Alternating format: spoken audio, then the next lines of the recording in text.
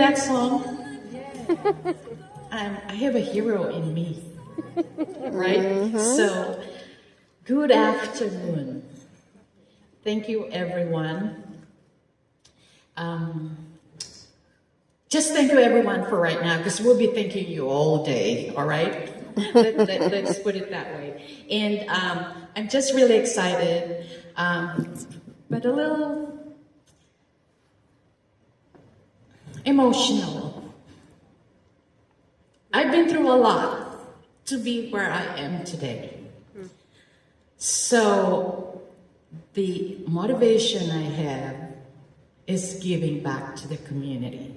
And I hope people that are here today that have the influence, the little power or the more power, just do it, please, for small women and minority businesses. And here's my wonderful speech. Welcome to the 4th Annual Contractors Day. I want to express my deepest gratitude to our sponsors, advocates, exhibitors, friends, and my fellow small, minority, and women-owned businesses. And of course, our board. I want to acknowledge them. Where are you? Can you please stand up? Elisa Young, Frank Boykin, Marvig Chenault. Where's Young? In the back. Young sang song. Did I say it right? I always get confused, like Song Sang Blue. Maddie, where are you? Maddie Vena from Tunisia. Is she here? Okay. And then the lady that's not here today because she had back or knee surgery, Katina. Right. This wouldn't be possible without this board. You know why? They allowed me to make some noise. The reason you're here is you heard my noise. I meant good noise. To the small business owners in the room, I see your long hours, your payroll weeks, and the way you keep showing. To our advocates, thank you for opening doors and making calls that create real opportunity. And to our public agency partners, thank you for making space at the table and be willing to meet businesses where they are. Putting on this event is a lot of work. Do you agree?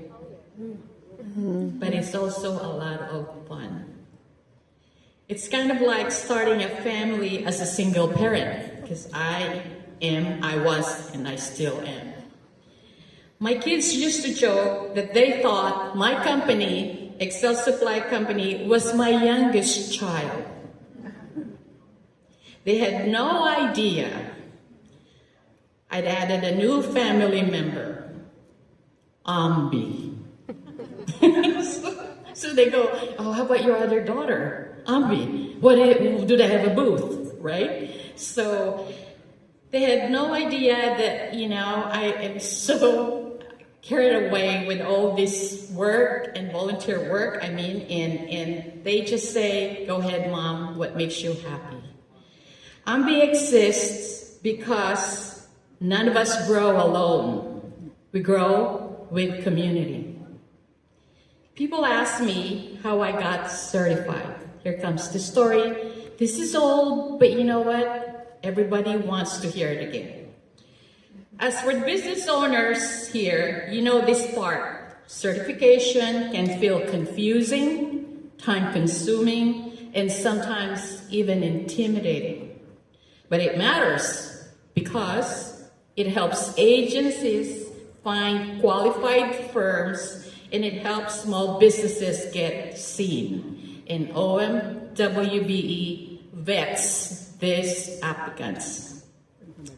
My story started the most unglamorous way possible.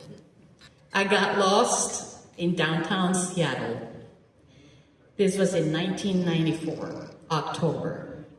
I was trying to find Bessie Burton Nursing Home when I ended up at the dead-end street near Harborview Hospital, and I stopped to ask for directions.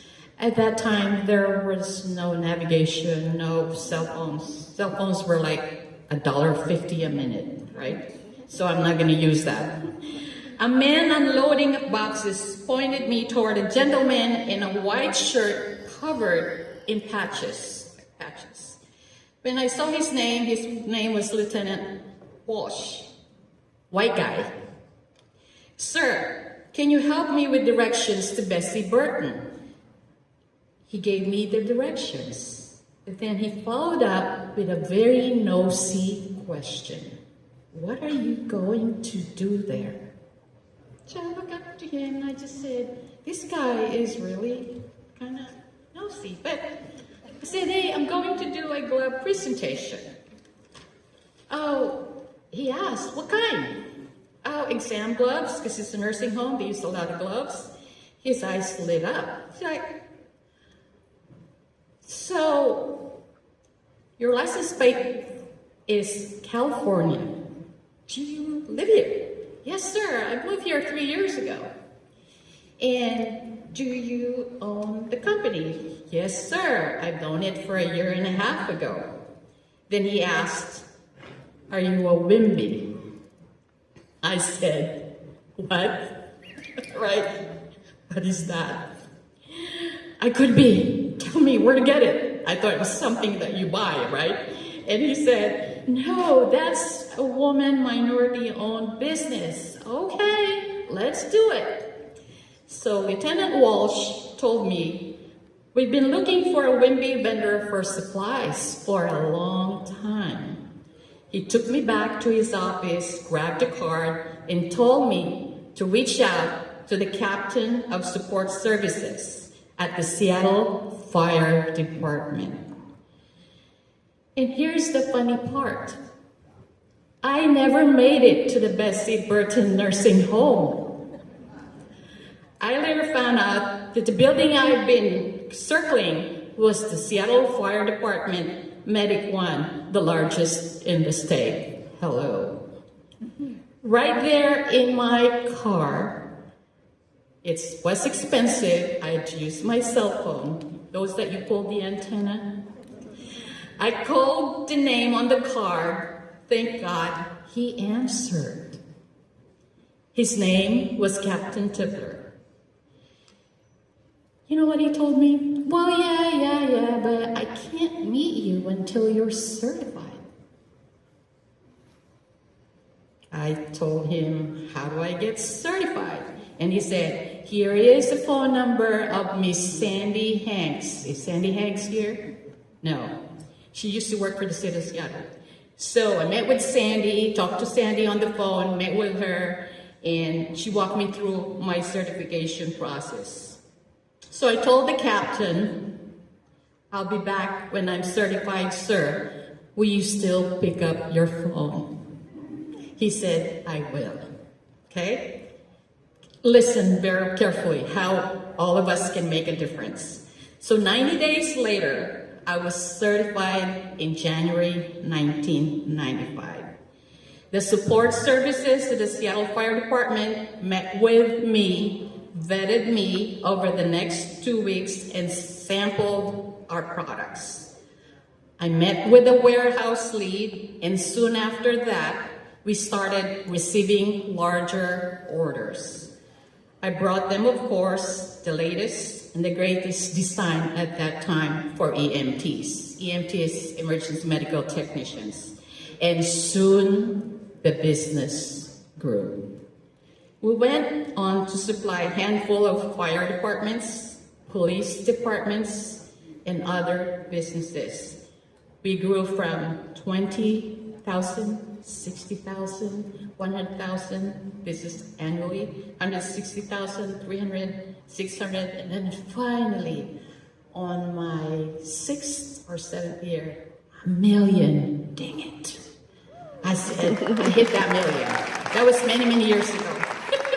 So then I started bidding on King County, City of Seattle, and eventually the Washington State GA, which is now the DES. The rest is history, and I've been blessed in countless ways. That's why AWMB was founded, to give back to the community that helped me. All right. Over the last 33 years, I've learned 5 lessons I want every small business owner and every agency partner to remember. First, opportunities often show up disguised as interruptions. Number 2, advocates change outcomes, especially the nosy ones who follow through with action. Third, leadership has to say it plainly. We are looking for AWMB partners. Fourth, the basics still matter today. Even though we have technology everywhere, answer the phone. Next, call people back. And keep your word. Last but not the least, guardian angels exist, and any higher power we believe in always guide us. I always like to end what I always say. If it takes a village to raise a child, I've learned it takes a community like this to raise a business and help it succeed. Let us make one connection and create one opportunity to pursue today. Thank you. Namaste.